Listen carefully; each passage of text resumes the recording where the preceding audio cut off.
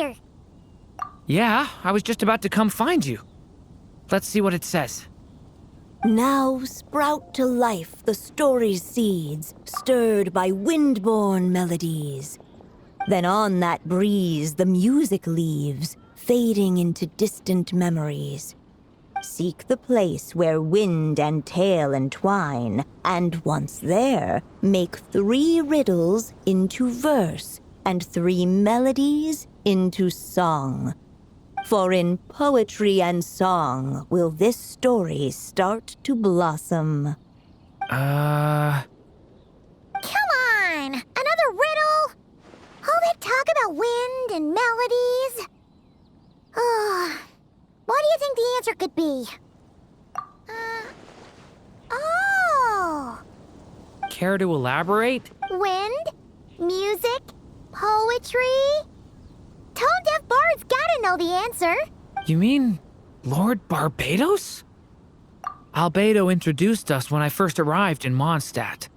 I mean, someone like me was bound to catch his eye sooner or later. It's better that it's out in the open anyway. Now, how should we track him down?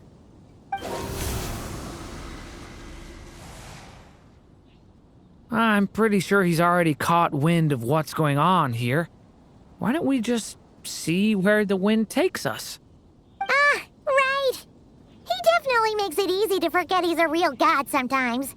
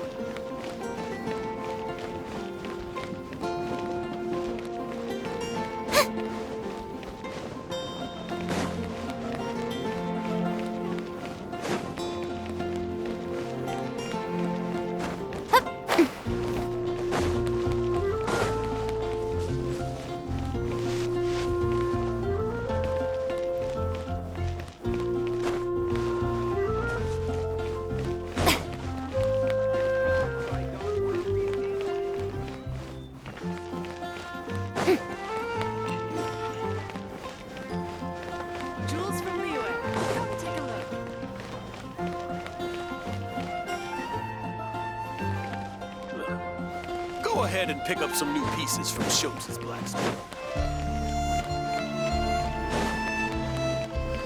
Transfers of supplies must be.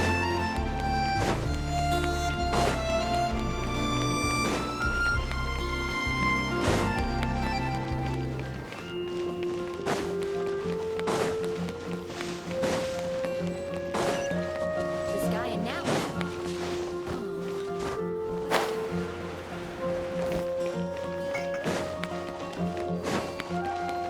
Be safe.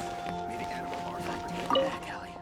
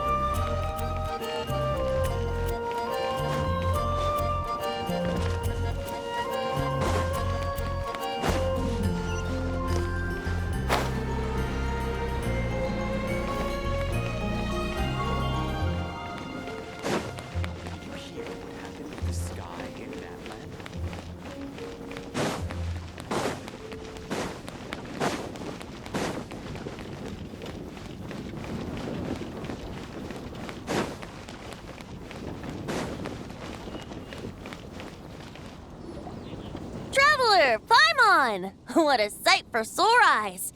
Ah, and the little dragon from the fairy tale world. I heard your voices calling out to me on the wind. Something about needing help with a riddle? Sorry to disturb you, Lord Barbados. Disturb me? Not at all! To tell you the truth, I'm just as curious about this riddle as you are. Let me take a look.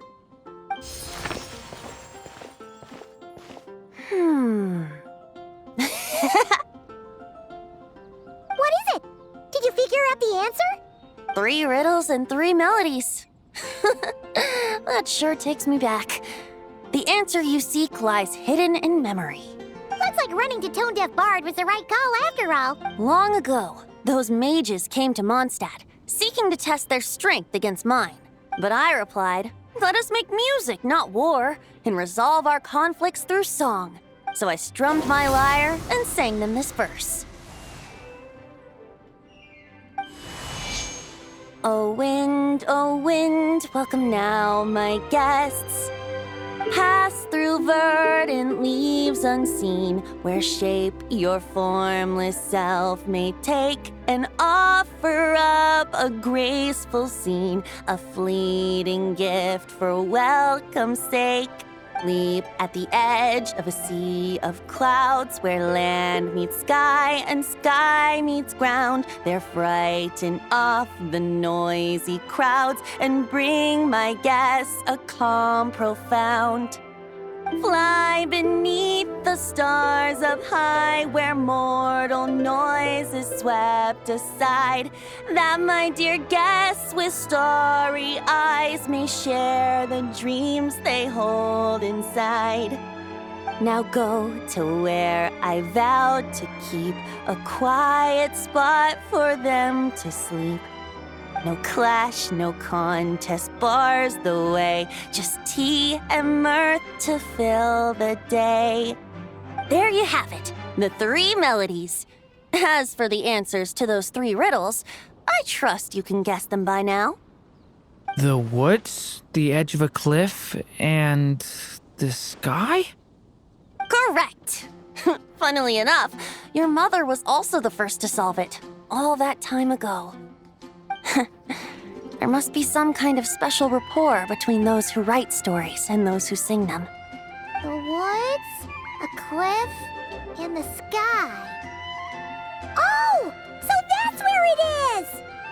I suppose the spot that answer points to is where you're headed next. You should know, after solving my riddle, the mages even accepted my proposal and made that location their official meeting spot. And going by what your book is suggesting, once you found it, you might want to try playing the melody I just shared with you. Guess you can be pretty reliable when it counts, huh? Great animal Archon? Thanks for the help, Lord Barbados. Still got questions for me, huh?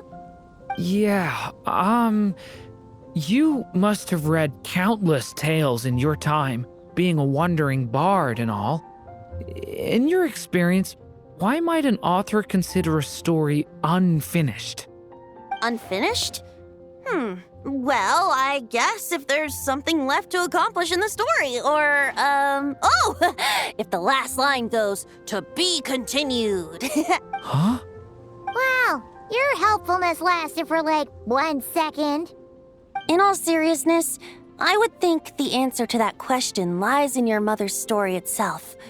It's not my place to pry any further. All right then, we should get going.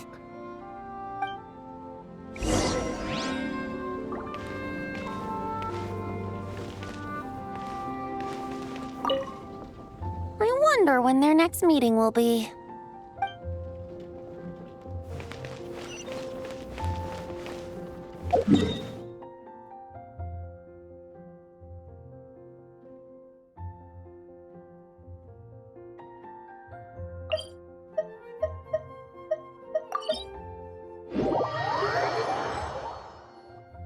Okay, we're here!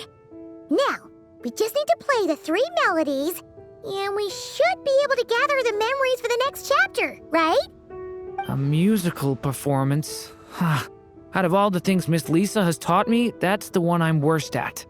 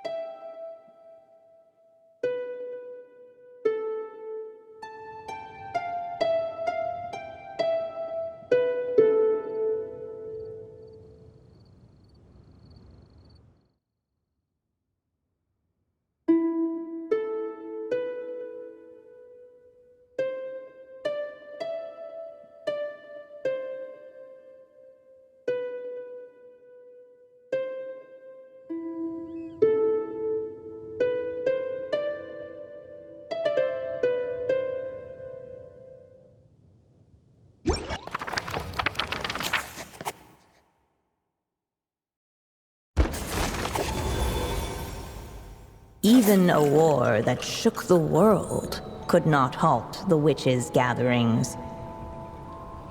Yet even so, with the passing of time, 3 of their teacups no longer came to be set.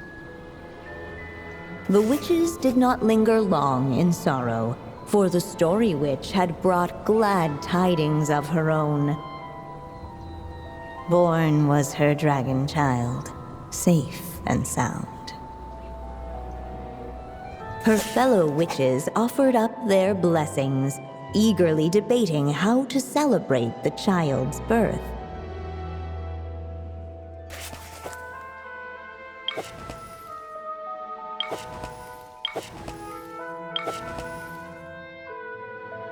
In the end, they settled on the most vibrant balloons they could find. After all, what could be more joyous than the arrival of new life?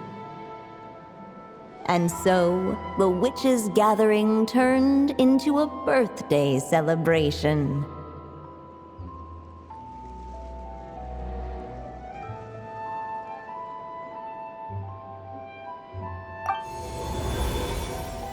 So, we're back in the story world, huh?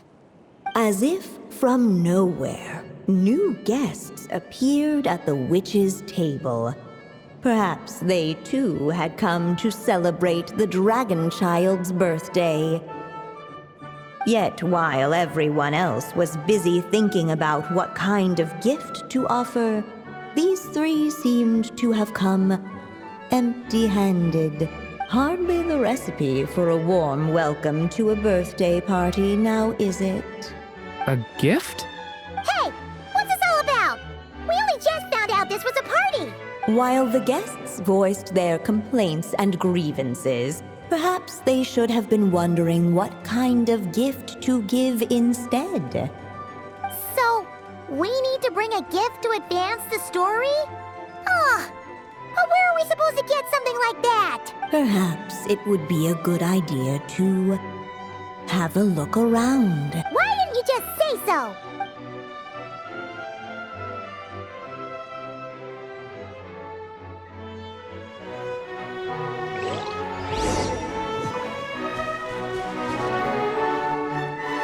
Hey, could we use these as gifts, maybe?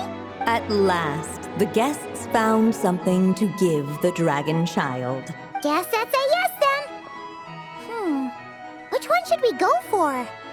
Still, the guests wondered, what kind of gift might the little dragon really want? should they put a warrior's sword in his hand and send him out on an unstoppable quest to save the world, or perhaps a wandering hero's slingshot and the promise of a life of endless, uncharted adventure, or maybe even a scholar's tome and the chance to take on all the world's unsolved mysteries. Okay. Wow. That's a lot of pressure all of a sudden. Oh yeah! Technically, we're actually picking a gift for you. So, which one would you prefer? You want me to choose? Wow, this feels kinda special. How come? For as long as I can remember, I've spent most of my time living in the stories my mother created. I always thought my mother had everything written out for me already, just like the toy figures in Constellation Metropole. What I wanted to do with my own future. Huh. That's something I've never really thought about. What did I want back then? Ah. This is the first time I've ever asked myself that question. Sounds like this is the perfect opportunity to answer it then. It's been a while since you left Simulanka, and after everything that's happened, it might be about time to start thinking about your future. Then let me give it some thought.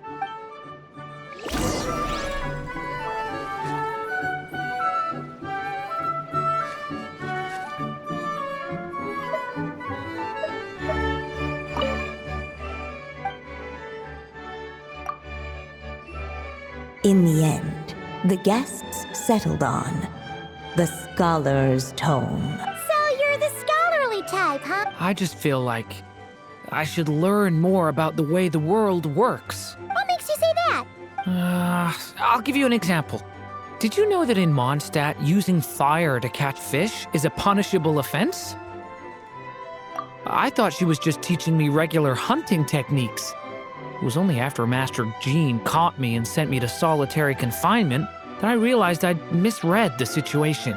So much of what's considered common knowledge in your world just wasn't in Simulanka. So I have to learn, or I'll keep causing trouble for everyone else. Paimon's not sure that counts as common knowledge.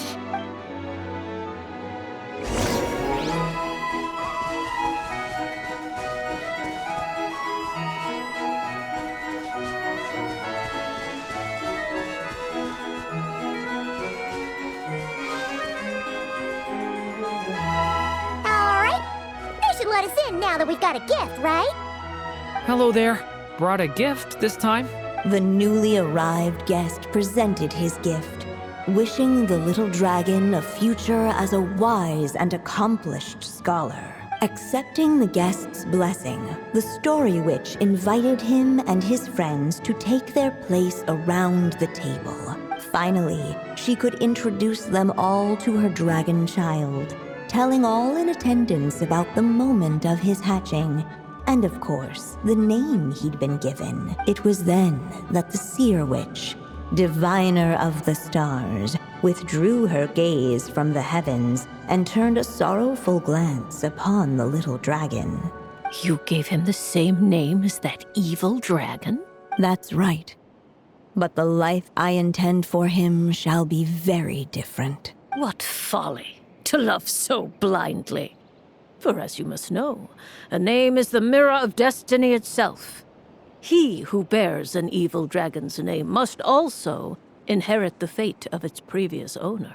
His fate has been foretold. Then I'll rewrite it. The witches at the table fell silent, for they knew the seer witch's words had never once proven wrong. Yet, just as clearly, they recognized the story witch's resolve.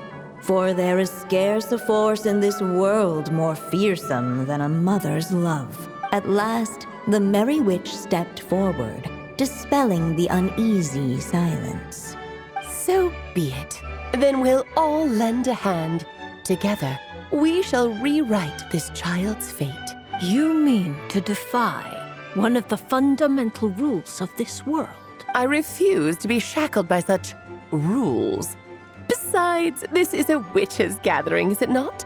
What could be more fitting a subject for this occasion than to defy them? Oh? Sounds like an interesting experiment. I suppose, were we to succeed in this endeavor, we might bring a touch of wonder to this otherwise dreary sky of stars. The Merry Witch finally talked them all round, just like she had done many times before. Warm and strong as the sun she was, so much so, in fact, that those who her light shined down upon had no choice but to bask in it. And so the witches readied their gifts, 3 marvels of the cosmos. For this child, I shall decipher the ravings of the heavens and lay bare before him the trickery of fate. For this child, I shall leave a formula powerful enough to unravel the very origins of this world, that he may seek another solution for the conundrum of his life. For this child, I shall call upon wondrous magic to make possible his impossible wish. All the Story Witch had was the pen in her hand, yet with the love that flowed from it, she resolved to bring forth a marvel of her own. For this child, I shall leave behind the last story I will ever write, and with it, a path to an ending yet untold. With the witch's blessings given and received, the little dragon's fate at last began to turn. In the midst of the dragon child's birthday celebration, the seer witch proclaimed her prophecy. The child had been given the evil dragon's name, and with it, the burden of its fate. But hearing this, the Story Witch vowed to rewrite it all, for such was her love and resolve. And so the other witches offered their gifts in turn, marvels as rare as any in the cosmos. Together, they sought to test one of the fundamental laws of this world, in part to support a mother's love, and in part to sate their own curiosity. Oh, and I almost forgot. Our new guests came bearing blessings of their own. Who knows? Perhaps this extra dash of wisdom might be all the little dragon needs to change his fate.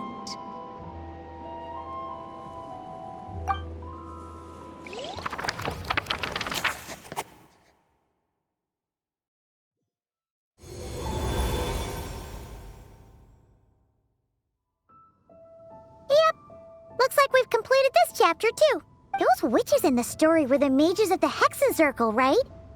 They sure seem to care a lot about you, Durin. But, Paimon kinda had trouble following their conversation.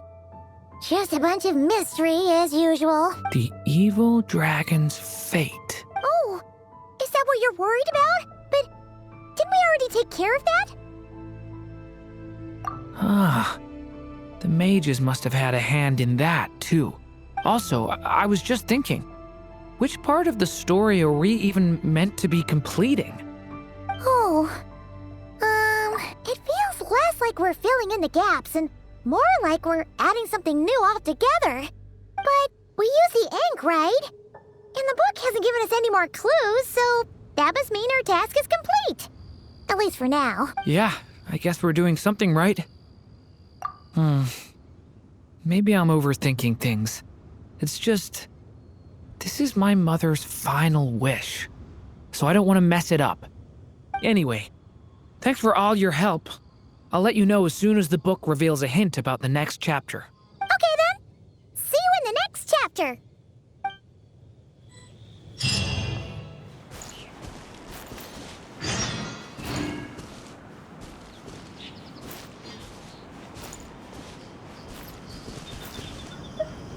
I think I'm gonna stick around, take my time reading through this book. If you feel like jumping back into the story, just come find me.